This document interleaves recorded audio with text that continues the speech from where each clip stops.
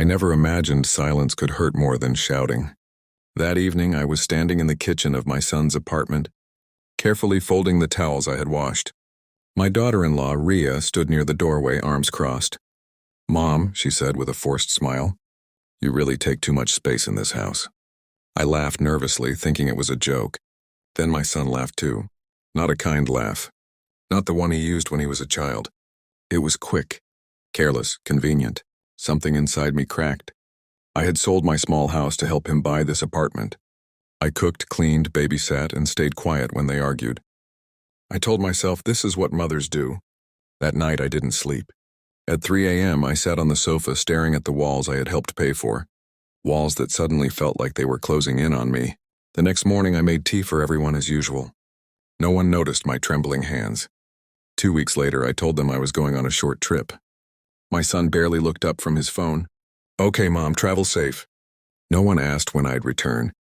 I traveled 3,000 kilometers, way into a coastal city where the air smelled of salt and freedom. Using the savings I had quietly built over years, I bought something no one expected. A mansion. Not to show off, not for revenge, but for peace. It had a garden full of sunlight, a small library, and a balcony that faced the sea. For the first time in decades, I chose a home based on what I wanted. I woke up when I wished, ate when I was hungry, spoke when I felt like speaking. Weeks passed. Then my phone rang. "Mom?" My son's voice sounded uncertain. "Ria says the house feels empty." "Empty?" I smiled gently. "I thought I took too much space," I replied. Silence. A few days later, my daughter-in-law called. Her tone was different, softer. "Mom, we didn't mean it that way." "I know," I said calmly. "But meaning doesn't change how it feels." They asked me to come back. I looked around my new home. The flowers blooming in the garden.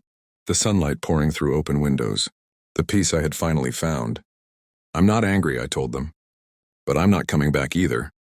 Months later, they visited me. My son looked older, quieter. As we sat on the balcony watching the waves, he whispered, "I didn't realize how much space you actually filled until you were gone." I placed my hand over his. "Sometimes," I said softly, "people only understand value after absence." I didn't buy the mansion to teach them a lesson. I bought it because every mother deserves a place where she is not tolerated, but truly welcome.